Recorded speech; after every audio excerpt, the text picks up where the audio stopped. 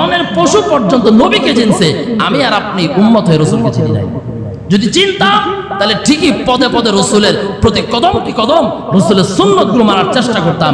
চিনি নাই বিদায় মানি না। যদি বলেন হুজুর চিনি কিন্তু মানি না, তাহলে পুরাটাই চাপাবাজ ছাড়ার কিচ্ছু না। এটা কেমন চাপাবাজি? যদি হয় যে আমি রাসূলকে চিনি, আমার নবী মুহাম্মদ, কিন্তু সুন্নত মানেন না, তাহলে এটা যদি হয়, আপনার মতো ন্যায়গত ইনসাফ হয়, আপনার এই বক্তব্যটা যদি ইনসাফ হয়, তাহলে আমি বলবো এখন থেকে আপনি এই জুমার থেকে যে বের হইবেন, আপনি আপনার বউরে, আপনি আপনার ঘরের লোকদেরকে বলবেন আমি খাইলাম, কিন্তু মুখে কিছু ঢুকাবেন না। বলেন পেট ভরবে? পেট বলেন শুধু আমি খাবো, কিচ্ছু ঢুকাবেন না মুখের ভিতরে।